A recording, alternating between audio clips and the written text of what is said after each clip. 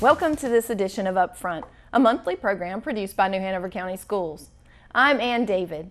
Each month here on UpFront, Superintendent of Schools Dr. Tim Markley joins me to talk about district-wide issues, accomplishments, and programs.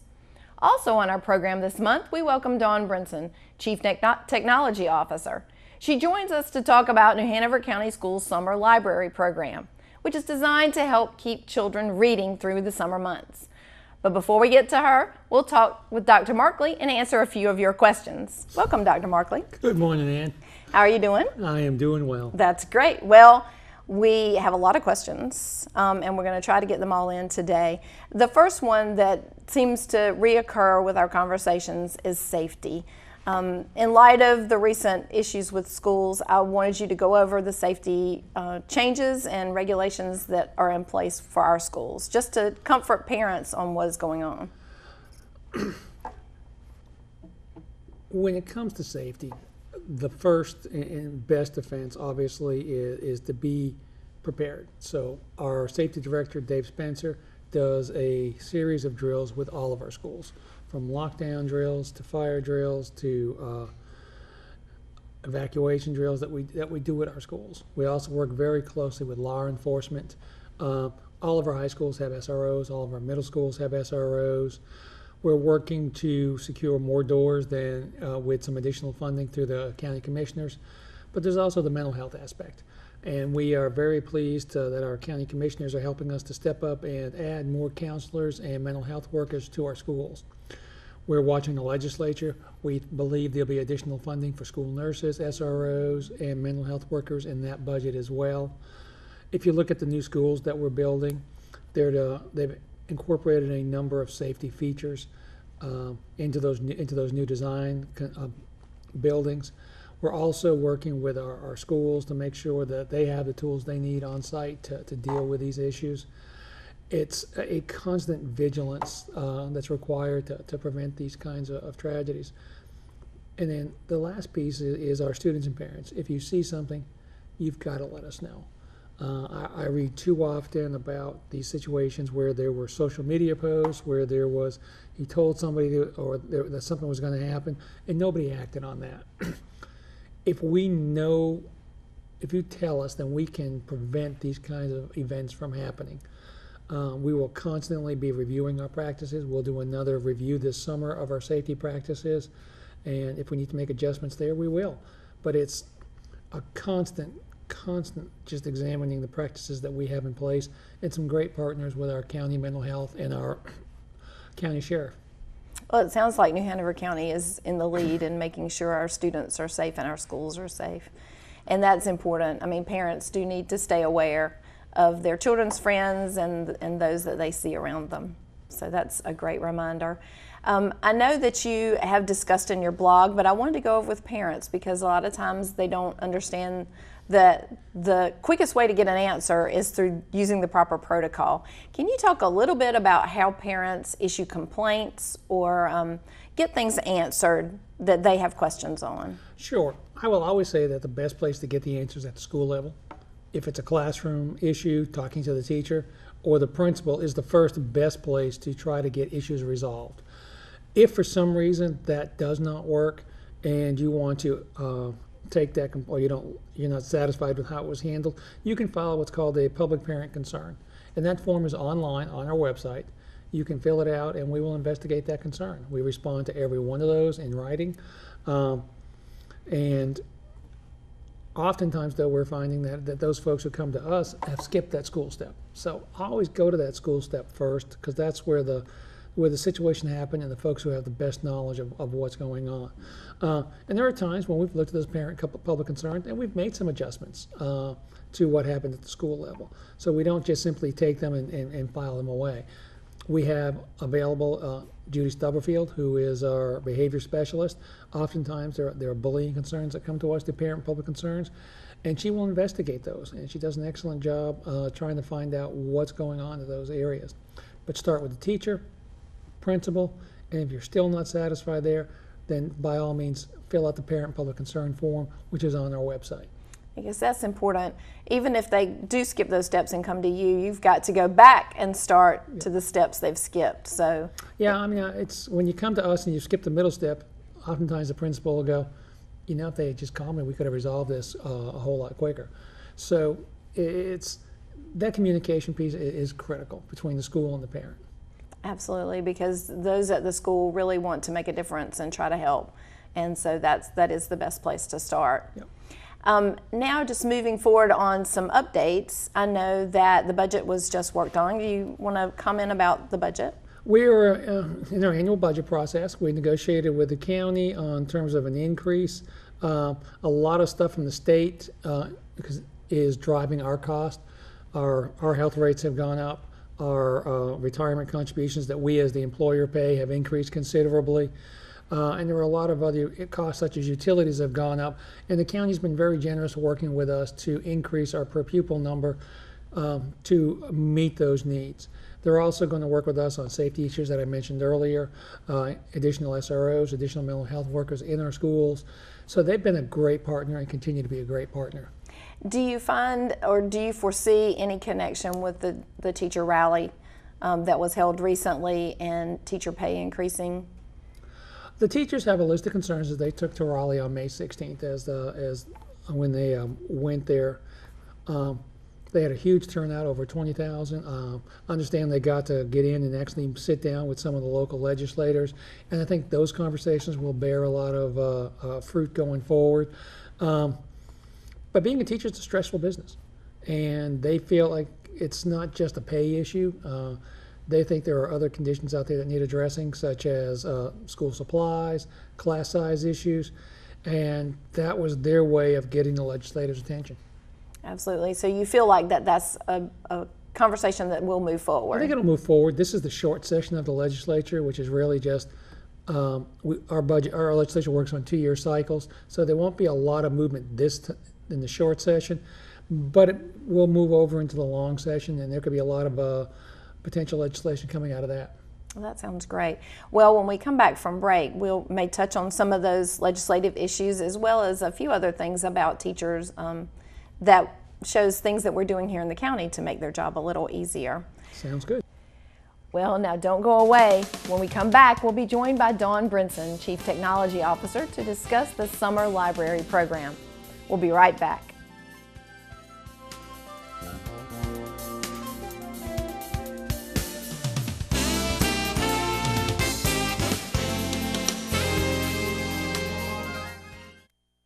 Your company can join these local businesses in offering students with disabilities the much-needed experience to compete in today's job market.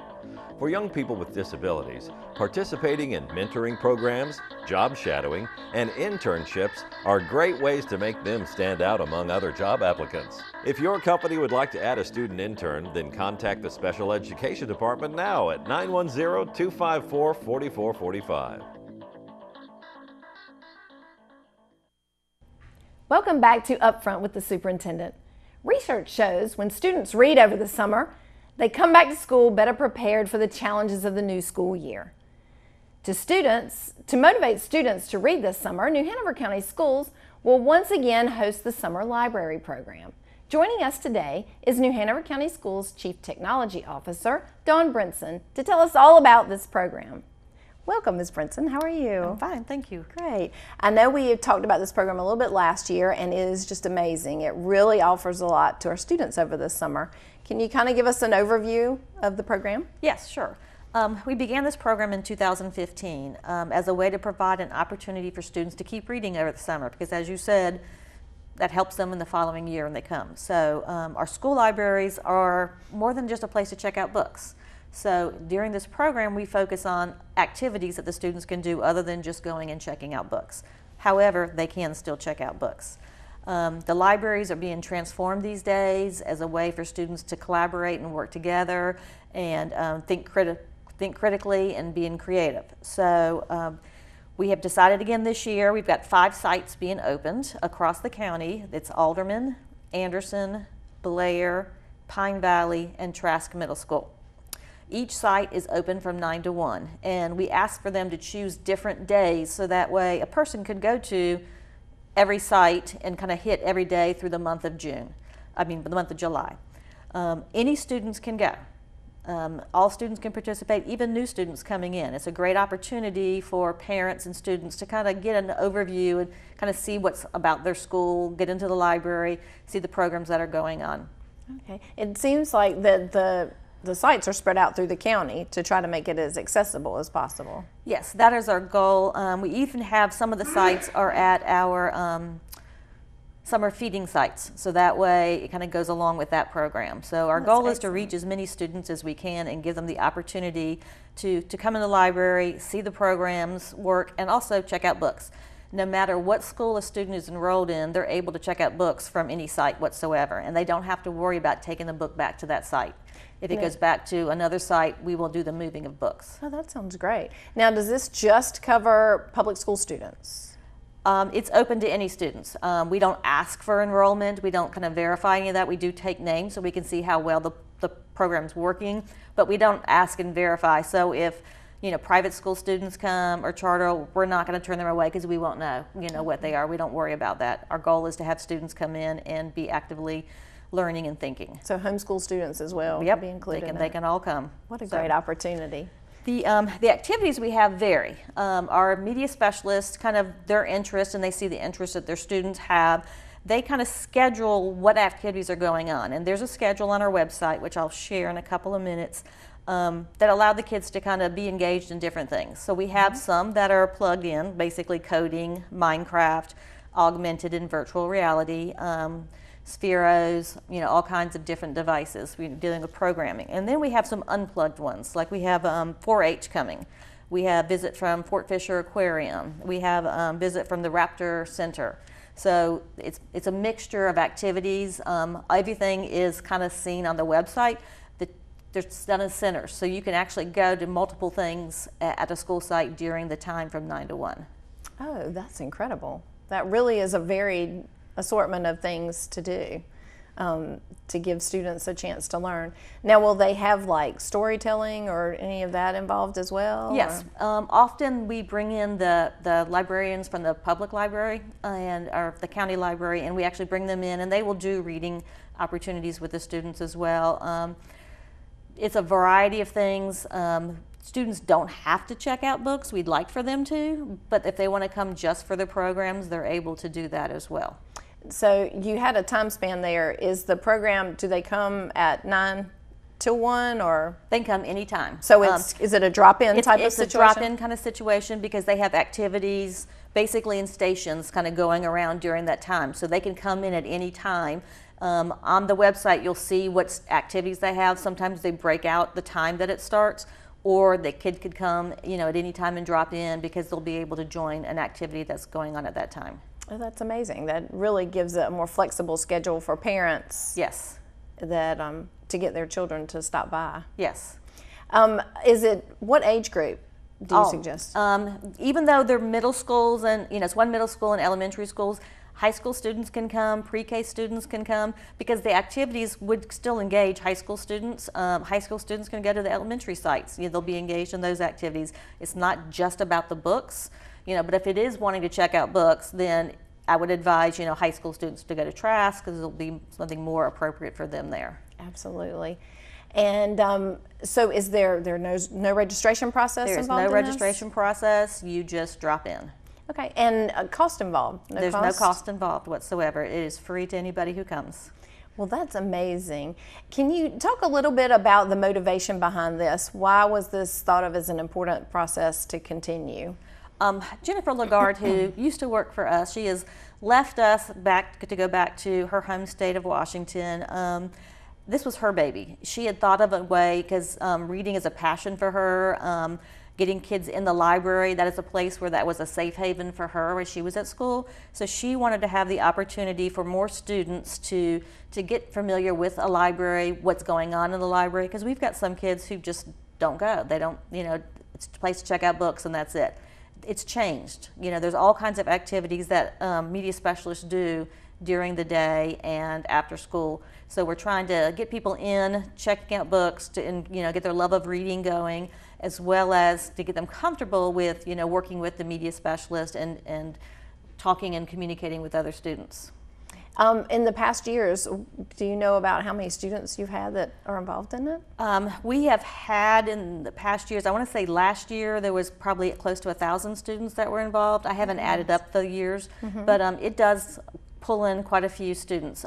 Schools have done very good in coordinating this with open houses at the beginning of the year and different activities. They've kind of tagged on to other things to kind of bring more of a pull of the families coming in. We've had one school that's had a food truck there even at the same time to try and get more kids to come in. Now, are these on the school system website or the individual schools' websites? They are on the school system website. The website is bit.ly/NHCS_summer libraries, and that's libraries plural. I believe it's going to be posted up for people to see. We'll have a shortcut on the front page of the New Hanover County Schools website, so that way if they just go to the New Hanover County Schools website, they'll see a link to it there as well. Now, I know an important question because a lot of younger children visit grandparents or families in this area. Is it okay for students that are not New Hanover County residents to come as well? Yes, that is perfectly fine. Like I said, we don't ID kids when they come in to see what school they're registered at. Any kid is welcome to come. We just want to improve their joy of reading. Absolutely. Being a coastal community, this time of year we have a lot of students that are not in the area, so that's a good thing to know as well. Yes. And for more information, I guess they can go on that website. That is correct. The complete schedule is there. The sites are there. There's maps to the sites. So if somebody doesn't know how to get to a certain school, they can get there.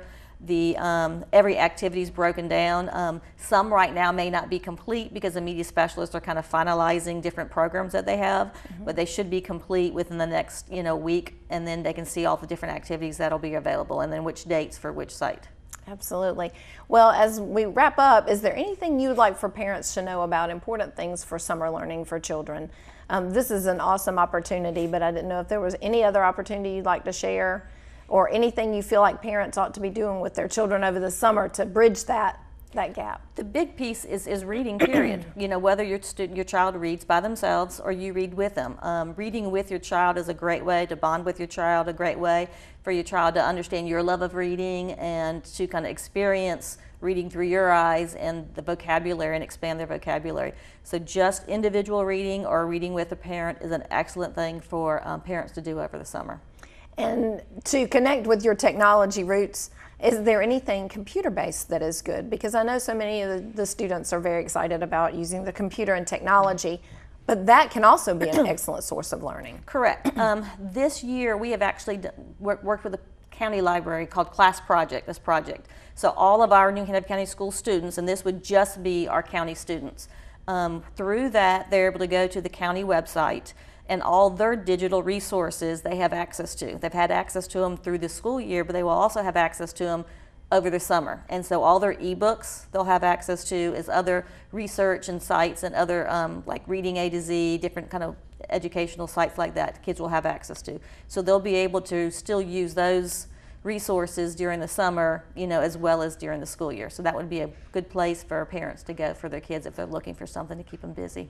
That sounds awesome. That covers all the gamut of things that they can do for summer learning to bridge that gap between June and August to keep them motivated. We certainly appreciate you coming with us and sharing this information. And now don't go away. We'll be back with a few more topics with Dr. Markley. We'll be right back.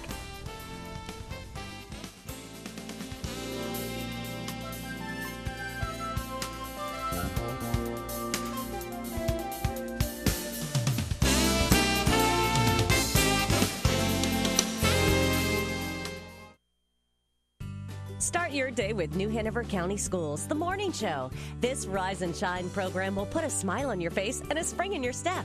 Best of all, you'll start the day a little smarter, knowing more about our district leaders and teachers. discovering new frontiers in science and technology, and getting the latest school news from across the district. New Hanover County Schools, The Morning Show, educating all viewers to achieve today and tomorrow in a global community.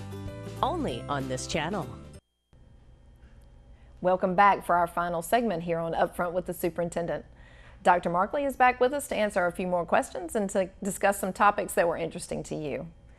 Now, we were talking about teachers before we broke, and one thing that we do here in the county that I want you to explain to parents is the Ed Camp Beach and how that is to help teachers in their professional development. Well, ed camps are a professional development technique that has sort of had an organic kind of growth.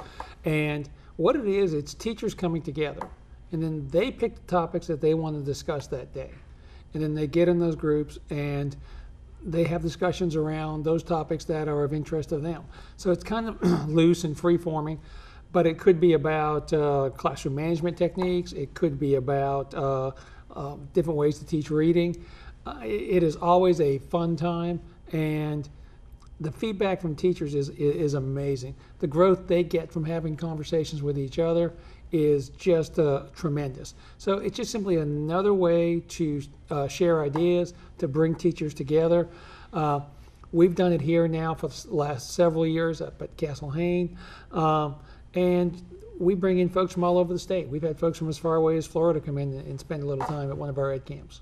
Well, that's a wonderful opportunity for teachers to bond together and share ideas and not necessarily reinvent the wheel. Teaching is a tough business. So you're in your classroom by yourself every day, and you don't always get that other professional interaction. And ed camp's simply a way to foster that. That's wonderful. Well, we're going to change gears a little bit and talk about some of our schools. Now, I know that the International School at Gregory is on a 2-year anniversary. Yes, it is. And I just wanted to kind of let you give an update to that, as well as some of the other schools that switched actually to year-round programs too, and just how that has transitioned and if it is working well. Gregory's been working really well. We've been tracking the numbers of the students coming in. The retention rate of students who want to stay at that school is over 95%. Our kindergarten class coming in is always full, and there's a waiting list. It is one of the largest immersion programs now in the state. It's had its growing pains and moving from one school to another, but I am really excited about where that program is heading and that opportunity that's there for our students. As to year-rounds, we're in our 3rd year of year-round elementary schools at Sunset Park, Freeman, and Snipes. We're currently in the process of evaluating what that has done for our students. We believe it's been positive, but we do want to quantify that a little bit and do some program assessment. Virgo was our other year-round academic school, and now they are switching over to be a lab school in conjunction with UNCW. That process is pretty much wrapping up there. We're in the middle of enrollment season at our other 2 year-round schools, and so those applications have been in, the lottery's been done, and parents should have been notified. It's just been it's the busy time of year in schools. Absolutely. Now, I had someone ask me the other day what the lab school was about. Can you briefly describe that? Yeah, the legislature tasked several universities that prepare teachers to begin operating their own schools as a way to enhance instruction for teachers and to bring some new ideas into to education.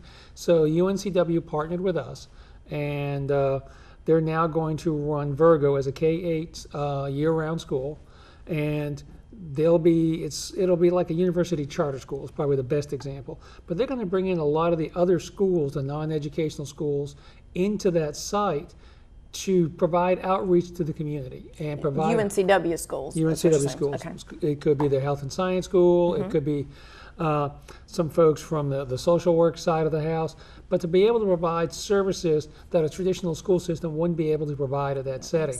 So we're excited about what this can do for that community. That's excellent. And yeah, that I had a couple of questions about that, so that was a wonderful explanation, and it sounds like a great concept to get started. We're interested to see what happens there. Now, I know a new program is being discussed, and that's called the Restart School program. Can you kind of give us some highlights on that? Yeah, Restart Schools is a way that a tool that the legislature has given to districts so that if they have schools that are struggling and they want to reconfigure themselves and have charter-like flexibility, they can have that. So 2 of our schools, Snipes and Freeman, put in Restart applications. Both those applications were approved, and they'll start next year as Restart Schools. And so they've altered their calendar, they've altered their professional development.